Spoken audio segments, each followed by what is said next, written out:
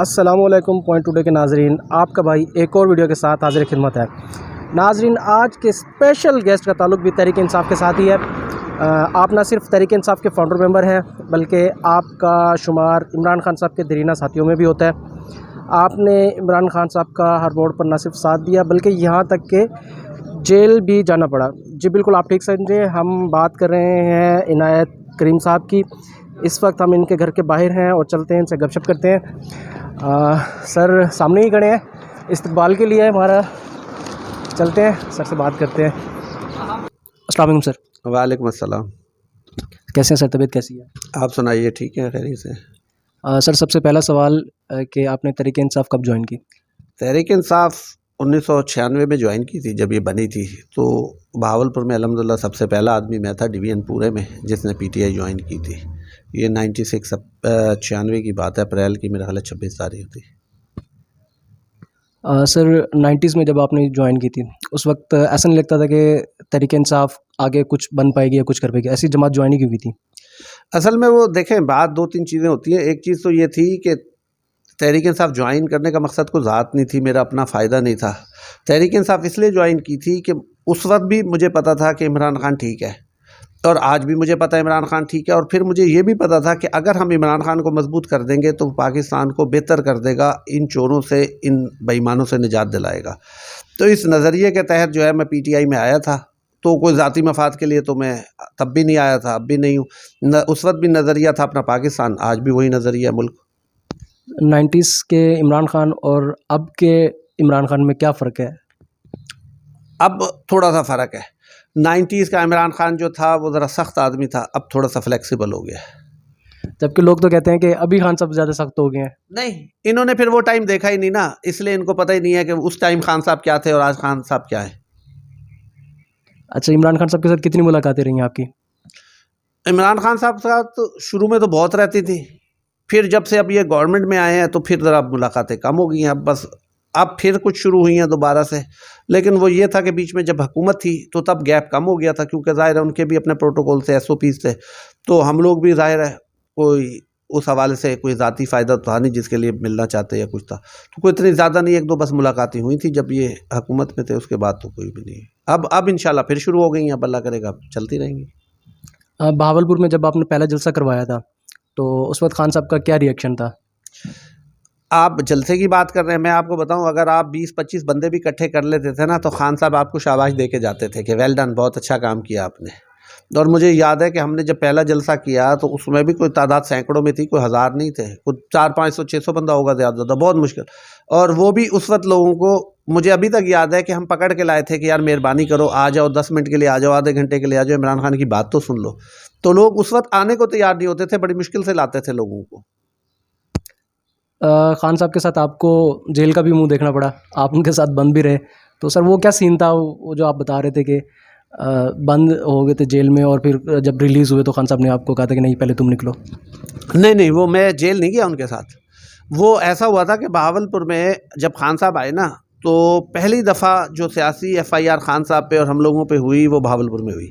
अच्छा, फिर मुशर्रफ दौर में खान साहब एक दफ़ा चले गए थे इधर जेल, आपको शायद याद होगा, तो डेरा गाजी खान जेल ले आए उनको। अच्छा, अब पोजीशन उस वक्त ये थी कि मुशर्रफ का दौर था, सख्त आमरीत थी, तो खान साहब को मिलने कोई नहीं जाता था। मैंने डेरा गाजी खान वालों से रब्ता किया कि यार आप लोग चलें, मैं आ रहा हूँ बहावलपुर से, तो हम खान साहब को ना मुलाकात करते हैं। तो वो क्या, हम तो नहीं जाते, यहाँ एजेंसियाँ हमें पकड़ लेंगे। मैंने कहा अच्छा यार पकड़ लेंगे, कोई नहीं, मैं आता हूँ। खैर वो मैं और इम्तियाज़ अब्बासी, मुझे अभी तक याद है, हम छुपते छुपाते बस में बैठ के आगे पीछे ना डेरा गाजी खान पहुँच गए। जब डेरा गाजी खान पहुँचे तो वो जेलर के पास गए, सुप्रिटेंडेंट के। हमने कहा यार हमें खान साहब को मिलना है, हम भावलपुर से हैं। उसने कहा जी मैं तो नहीं मिलवाता, यहाँ तो एजेंसियों के आदमी फिरना और बाकी है, मैं आपको नहीं मिलवा सकता। और आप भी मेहरबानी ये करें, अगर कोई चीज़ देनी है लेनी है तो खान साहब को दे दें और निकल जाएं यहाँ से, वरना आप भी अंदर हो जाएंगे। मैंने कहा भाई बात ये है कि अंदर होने का कोई इशू नहीं है, लेकिन अब ये हम फ्रूट ले आए, ये आप खान साहब तक पहुँचा दो, लेकिन मेक श्योर ये करें कि खान साहब तक पहुँच जाएँ, आपका अमला ना खाए। उसने कहा नहीं जी, मैं आपको गारंटी दे रहा हूँ कि ये अमला नहीं खाएगा, तो मैं पहुँचा दूँगा। तो ये है उसकी जेल वाली कहानी ना। खान साहब डेरा गाजी खान जेल में जब रहे तब की बात है ये। अच्छा सर, 2008 में खान साहब ने इलेक्शन का बॉयकॉट किया था। आपने खान साहब के जो डिसीजन था उसको डिनाई करते हुए आपने यहाँ से आज़ाद हैसियत से इलेक्शन लड़ा था। तो उसके बाद खान साहब का क्या रिएक्शन आया था? अच्छा, मैं ना 2-3 चीज़ें क्लियर करूँ कि आज़ाद, अच्छा ये बड़ा एक तासुर है कि जी 2008 का इलेक्शन आज़ाद लड़ लिए थे, क्यों लड़ लिए, पार्टी ने बाइकआउट किया, तो उसकी 2-3 वजूहत हैं। आखिरी दिन तक पार्टी हमें कहती रही कि आप इलेक्शन लड़ें, और हम भी खान साहब को यही मोटिवेट करते रहे कि हमें इलेक्शन लड़ना है, हम बाइकआउट में जाएंगे तो पार्टी ख़राब हो जाएगी। इस इफ्तिखार चौधरी के पीछे अगर हम खड़े होंगे तो इफ्तिखार चौधरी से हमें कुछ नहीं मिलना, इसने हमें ख़राब करना है।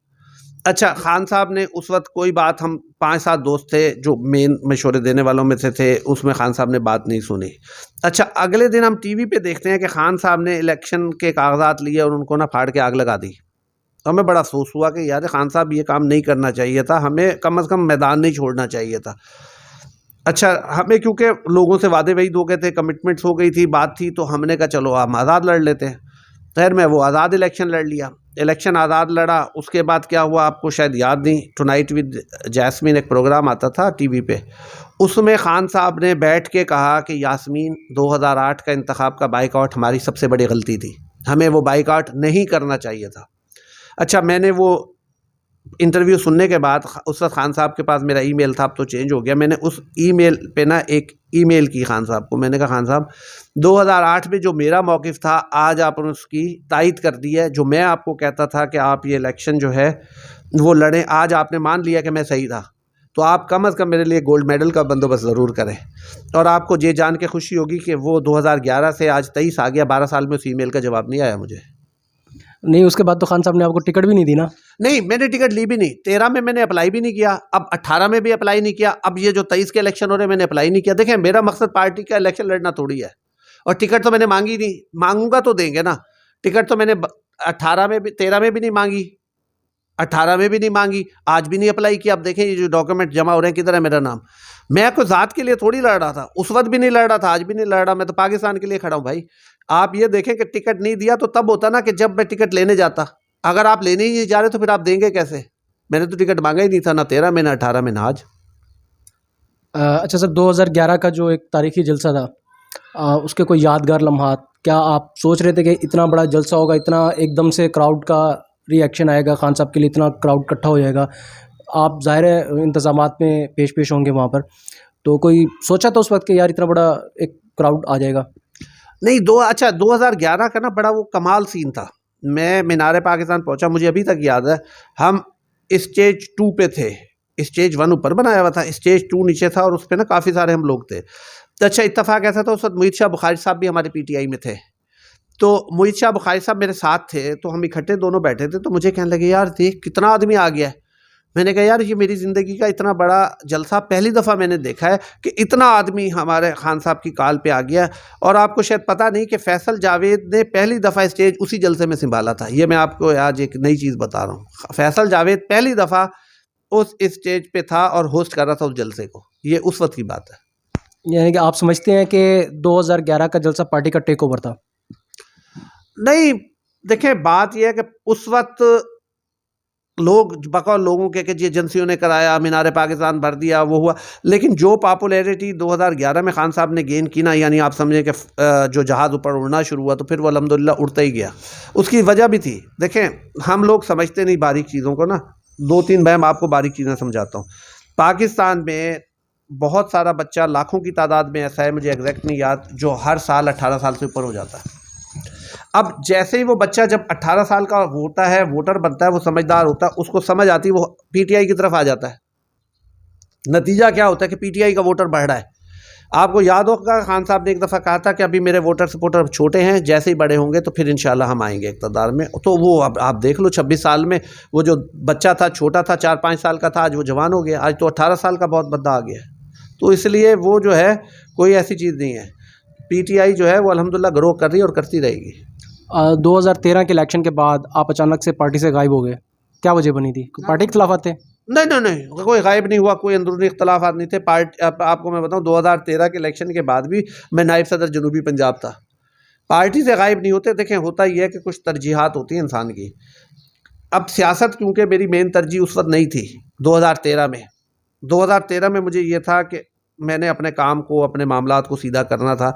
तो जो पिछले 10, 12, 15 साल में पॉलिटिक्स की वजह से फाइनेंशियल लॉस भी हुआ था, ज़ाहिर है भाग दौड़ कुछ, मैंने उन सारी चीज़ों को सीधा करना था, तो मैं अपने काम शाम में थोड़ा सा कारोबार में बिजी था, तो वो आहिस्ता आहिस्ता आहिस्ता करके सेट हो गया।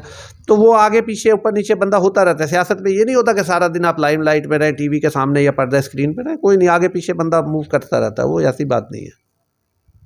अच्छा, तरीके इंसाफ की जो अभी बहावलपुर की मौजूदा क़यादत है, उनके साथ कैसे ताल्लुकात हैं आपके? ठीक है, भाई हैं मेरे छोटे, मेरे तो सबके साथ अच्छे ताल्लुकात हैं।